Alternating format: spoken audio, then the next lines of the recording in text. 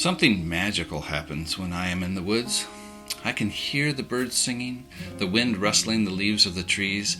It's as if I don't have a care in the world. Watching a sunset over a vast ocean seems to transport me to another world where I am not worried about a global pandemic or if I have enough money to pay the mortgage this month. All of us experience highs and lows in life, but why is it that the lows seem to outnumber the highs?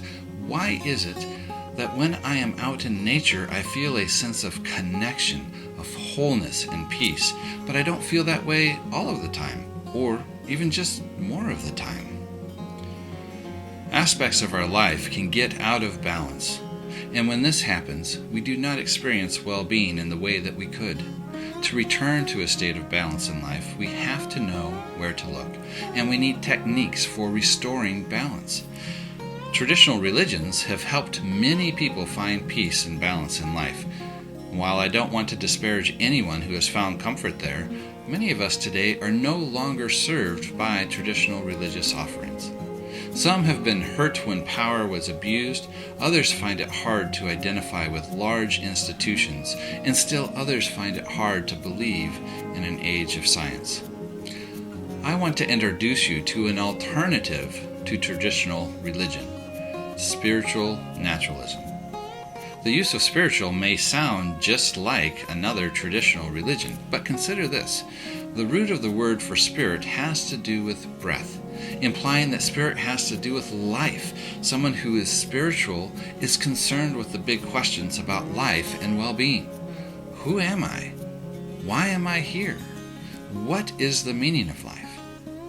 It is possible, then, to be spiritual without adopting the beliefs that traditional religions require. What sets spiritual naturalism apart from traditional religions is the approach to answering the deep questions of life and finding balance. Naturalism is a way of looking at the world that favors verifiable knowledge. Naturalism claims that all that exists is the natural, which means that we are not visitors to nature. We are a part of nature, one immense interconnected system of everything. The term natural is used in contrast to the supernatural, which would mean outside of or beyond the natural. In spiritual naturalism, there is no sacred book other than nature. The writings of traditional religions are sometimes referred to as wisdom traditions. Wisdom in spiritual naturalism is that body of knowledge that helps us to live in harmony with reality. When we are living in harmony with nature, our life is in balance. So how do we learn from nature? By observation. But our perceptions are not always accurate. Our perception is that the sun rises and sets around the earth, and that the earth is basically flat and doesn't move. However, we know that the sun's movement across the sky is really due to the earth rotating around its axis, and that the earth is flying some 66,000 miles per hour in orbit around the sun. How did we come to know this about our world when it seems so contrary to the obvious truth of what we see? Naturalism starts with an assumption. The universe is knowable, and we are capable of understanding it. This assumption is a simple beginning with profound implications that flow from it. A knowable universe would mean that everything operates according to patterns and rules that are discoverable. If the world was not knowable, if it did not interact in predictable ways, not only could we never learn anything, but life as we know it would not be possible. Try to imagine a world where you could not count on anything being the same as the last time you encountered it. Not sure if the sun is coming back. Not sure if it's still safe to eat this. Not sure if I jump up I will come back down. This is the stuff of nightmares. Our life experience shows us that many things in our world are very predictable. When we explore our universe's mysteries, using reason and verifying our conclusions, more of the mysteries of life become discernible patterns. Once we can see a pattern, the next step is to understand why the pattern happens. If we can understand why it happens, then we can make predictions with accuracy. Because we know why the sun follows the pattern it does, we can predict with great accuracy the moment it will rise on a given date in the future.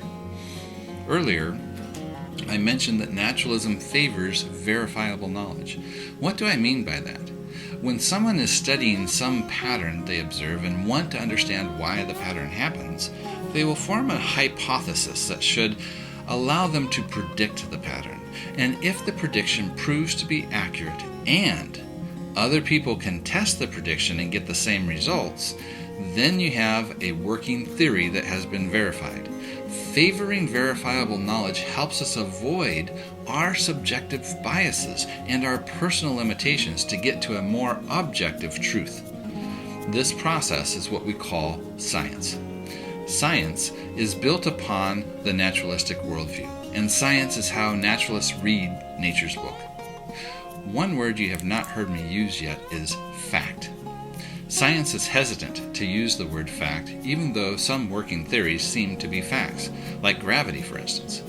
Science is very sparse with the use of fact because we need to be open to new information that could update our theories. Even gravity, something most of us treat as a fact, continues to be updated from the Newtonian view to Einstein's general relativity to the current quest to understand gravity from a quantum perspective. It cannot be overstated how important it is to be open to new information and be willing to update your position or knowledge based on further information. This openness is perhaps the most significant difference between spiritual naturalism and traditional religions. Whereas religions tend to claim to know the truth as it was revealed in the past, and our problem is that we have been moving away from the revealed truth, spiritual naturalism sees truth as something that we are continuing to discover as we progress into the future. The certainty of truth revealed in religion versus the humility of continual learning of spiritual naturalism. One cannot learn something new if they are confident that they already have the truth. That is not to say that science always discovers the truth right away or does not make mistakes. The difference is that science is designed to learn from mistakes and update its understanding. It also is not to say that scientific knowledge has not been misrepresented or used for ill by state and industry. Reason and free speech are vital to naturalism because we need the ability to speak out against power when it is wrong. Spirituality within the naturalist worldview takes what we learn about reality and cultivates awe, respect, and wonder. Spirituality is how gratitude for life is expressed. Spirituality is the finesse in the art of living a beautiful and balanced life. So let's return to the question about life out of balance. How can practicing spiritual naturalism restore balance and well-being? In addition to spiritual naturalism providing a path to spirituality without religion, I would argue that it offers the best path for human health and well-being. In the same way that we have made tremendous progress in technology once we adopted a non-supernatural view of the world, we are also making incredible advances in human health and well-being. Perhaps one of naturalism's most critical insights is understanding ourselves as placed entirely within the natural world. How nature works is how we work. Being human is not an exception to the rule. Understanding our place in nature has allowed us to discover the wisdom of what harmony with nature looks like. Denial of our place in nature leads to misunderstandings of human nature and a constant struggle against reality. So, what have we learned about balance and a fulfilled life? There are several dimensions to life that we can group in categories. By evaluating how we are doing in each category, we can improve balance and thereby well-being. There are many similar ways we can group these categories. That what follows is the four main categories that I find most helpful. Keep in mind that all these categories are interrelated and interdependent. We can try to place them in an order of importance, but they are all needed for true human flourishing. The first is biological well-being. This covers not only proper nutrition and exercise, but also our environment and care when things go wrong from disease or injuries.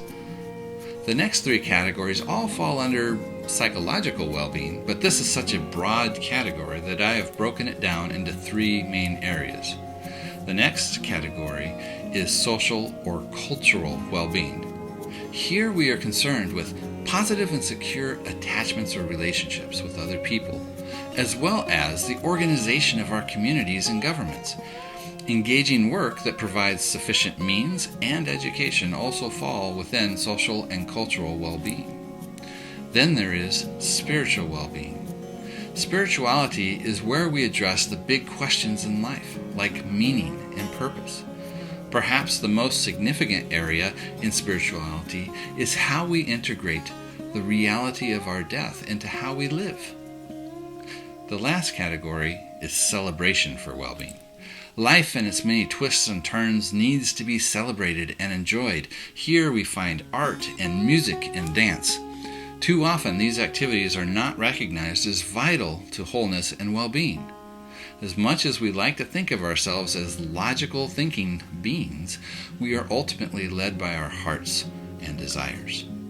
Real, lasting, personal and social change happens when our desires change, and celebration with art and music is how we communicate at the level of desire. When we have meaning and purpose in life, when we have positive and secure relationships, when we have sufficient means and a healthy environment, when we celebrate and dance, then we experience a whole and beautiful life. So how do we get there? No one can do it alone. We need community. Three communities that were each focused on different aspects of well-being have come together to provide a greater opportunity to cultivate well-being and share it with everyone. We call it Common Life Community. The core team includes me, Jim Jones, a former pastor, social activist, and software engineer, DAIL CROOME, a member of the incredible band Daring Greatly and founder of several businesses that serve as alternatives to the standard model, and Leslie Boyd, a somatic psychologist focused on integrating our knowledge of the nervous system for greater health and well-being. We are taking the best from neuroscience, exercise physiology, nutrition, mindfulness, and others to develop courses, seminars, and events to inspire and cultivate well-being. In these changing times, it can be hard to know what to do. Most of us are not in a position to address the systemic changes that are needed, but we can all work on ourselves and our little part of the world. We can grow in our understanding and our beliefs. We can change our actions to become more life-affirming. We can develop ways of living that respect life, that are regenerative, and allow life to be experienced as a blessing by everyone, not just the lucky few. Common Life Community helps people live lives of meaning and purpose, to become more resilient and to truly flourish. If you would like to know more about what we're doing or how you can get involved, please visit our website at www.commonlife.community and subscribe to our mailing list. Welcome to Spiritual Naturalism at Common Life Community.